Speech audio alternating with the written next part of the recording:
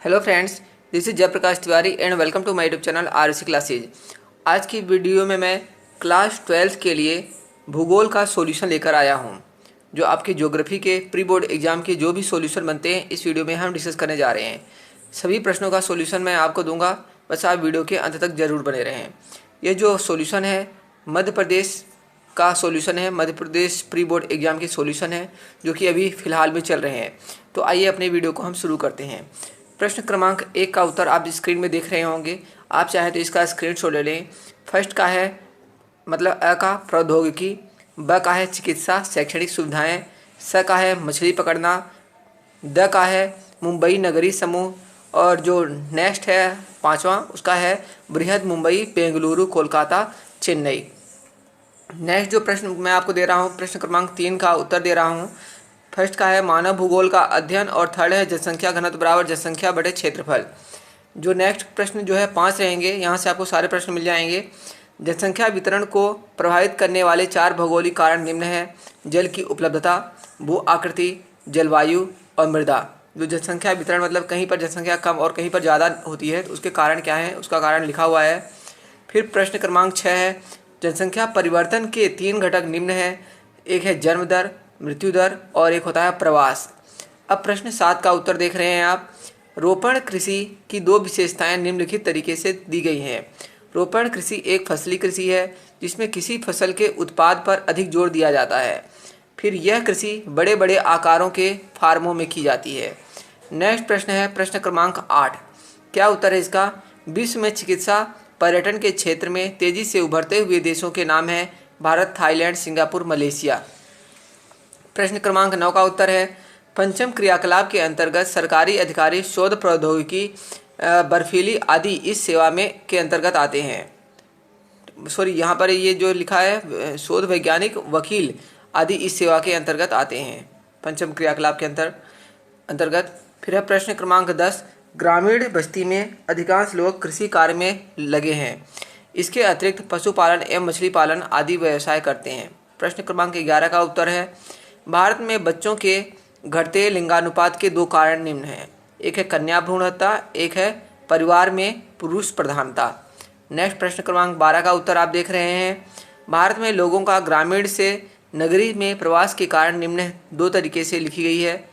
मतलब जो ग्रामीण से नगरी में प्रवास कर रहे हैं क्योंकि करते हैं, गांव में गरीबी, स्वास्थ्य सेवाओं की कमी, शिक्षा का अभाव आदि कारण थे, और नगरों में बेहतर अवसर, काम तथा अनिश्चित वेतन आदि कारणों से नगरों में प्रवास करने लगे। एक तो नगरों में बेहतर वेतन भी रहता है और एक निश्चित वेतन भी रहता है नगरों में, इसलिए जो है गांव के लोग नगरों में प्रवास करने लग गए। प्रश्न क्रमांक जो आप नेक्स्ट देख रहे हैं 13। वायु प्रदूषण के प्रमुख स्रोत निम्न हैं: मशीन, वाहनों, चिमनियों तथा जनरेटरों से निकलने वाला धुआं आदि वायु प्रदूषण के स्रोत हैं। नेक्स्ट प्रश्न 14 का उत्तर देख रहे हैं। स्वच्छ भारत मिशन। भारत सरकार ने देश को प्रदूषण रहित बनाने के विचार से स्वच्छ भारत अभियान 2 अक्टूबर 2014 को शुरू किया था। नेक्स्ट है प्रश्न क्रमांक 15 का उत्तर। मानव भूगोल के 3 उपक्षेत्र निम्न हैं। एक है सामाजिक भूगोल। सामाजिक भूगोल मानव भूगोल की एक प्रमुख शाखा है। इसमें सामाजिक भूगोल के उपक्षेत्र जैसे व्यवहारवादी भूगोल, सांस्कृतिक भूगोल, लिंग भूगोल, अवकाश का भूगोल आदि। फिर है राजनीतिक भूगोल, लिखा हुआ है आप इसको फ्रेंड अच्छे से स्क्रीनशॉट ले। राजनीतिक भूगोल, राजनीतिक भूगोल में राष्ट्रों अथवा राज्यों की सीमा विस्तार आदि है। फिर आता है आवास भूगोल मानव द्वारा बनाई गई पृथ्वी की सतह का अध्ययन करती है। प्रश्न क्रमांक 16 का उत्तर। जनांकीय संक्रमण के 3 अवस्थाओं का वर्णन निम्न है। क्या है? एक है प्रथम अवस्था। इस अवस्था में उच्च जन्म दर तथा उच्च मृत्यु दर, जो ये अवस्था होती है इसमें उच्च जन्म दर भी रहती है, उच्च मृत्यु दर भी रहती है। इस अवस्था में जनसंख्या वृद्धि धीमी होती है, लोग अधिकतर अशिक्षित होते हैं।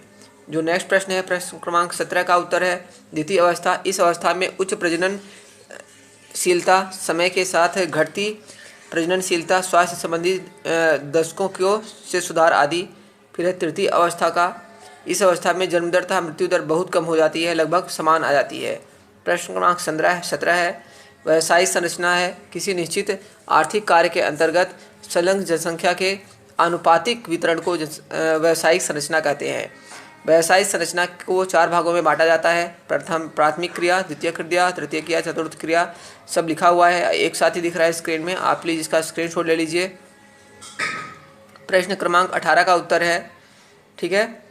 पल्ली बस्ती यह एक नगरीय अधिवास की सबसे छोटी इकाई है। इसकी जनसंख्या 20 से 150 तक होती है। ये नगरीय के समीप सड़क के सहारे उपलब्धियों के रूप में होती है, ठीक है। प्रश्न क्रमांक 19 का उत्तर है, इंदिरा गांधी नहर कमान क्षेत्र में सिंचाई की सुविधाओं के कारण कृषि योग्य भूमि बढ़ी है तथा यहाँ चना बाजार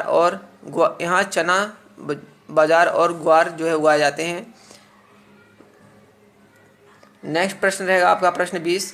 ऊर्जा के अपरंपरागत स्रोत है नाभिकीय ऊर्जा और सौर ऊर्जा, पवन ऊर्जा, ज्वारीय ऊर्जा और भूतापीय ऊर्जा तथा जैव ऊर्जा आदि ऊर्जा के परंपरागत स्रोत हैं। ये ऊर्जा के स्रोत नवीकरण होने के कारण पर्यावरण के अनुकूल होते हैं। सौर ऊर्जा के कार्यक्रम लिखे हुए हैं, आप इसको स्क्रीनशॉट ले सकते हैं। फिर जो नेक्स्ट पॉइंट आप देख रहे हैं, बायोमास आधारित विद्युत उत्पादन कार्यक्रम, बायोगैस विकास कार्यक्रम लिखा हुआ है, सब आप प्लीज स्क्रीनशॉट ले लें। फिर है ज्वारीय ऊर्जा है, भारत में ज्वार से ऊर्जा उत्पादन करने का अनुमानित क्षमता 8000 से 9000 तक है। फिर आती है नगरीय ऊर्जा, नगरों तथा उद्योगों से निकलने वाले कूड़े कचरों से पर्यावरण दूषित होता है।